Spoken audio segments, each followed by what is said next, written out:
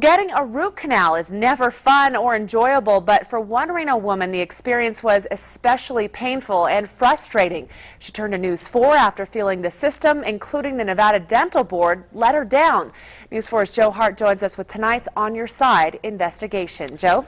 Well, Shelby, Amy Edwards says that she suffered in pain for a year after the dentist left a small piece of his metal file embedded in her mouth after it broke off, apparently during a root canal. Now, Amy complained, but no action was taken against the dentist. And tonight, the state dental board admits that it dropped the ball.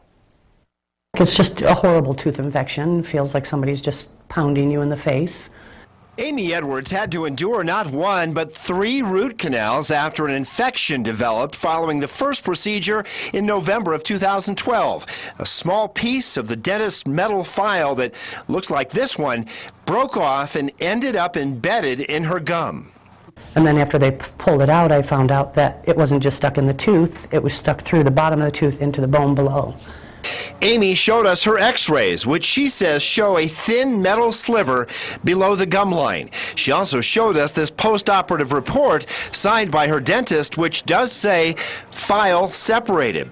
But surprisingly, the state dental board says that's the risk you take when you get a root canal.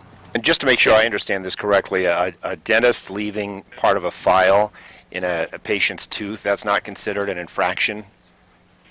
No, because these dental files are so thin, some of them are, not much bigger than your hair. And this is a risk of an endodontic procedure.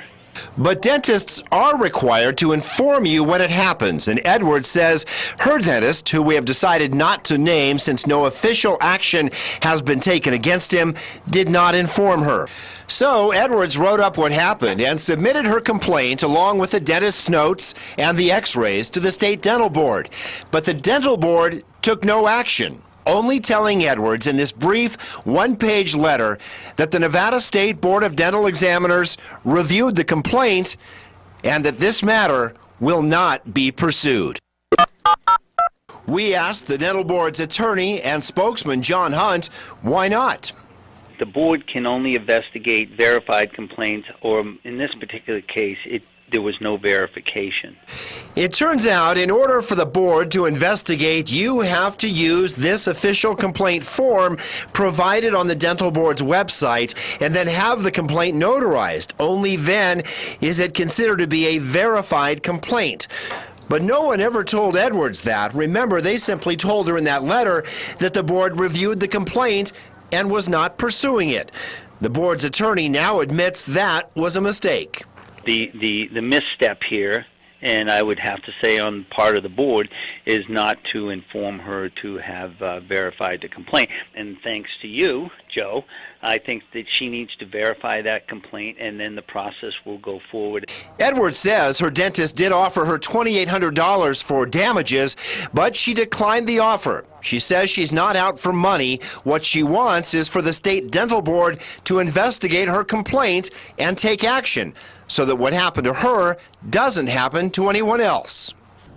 You go to a dentist and you assume you're in their care and they're going to take care of you and keep you healthy, and that they can do this kind of treatment and just pretend it never happened. I mean, that's not acceptable.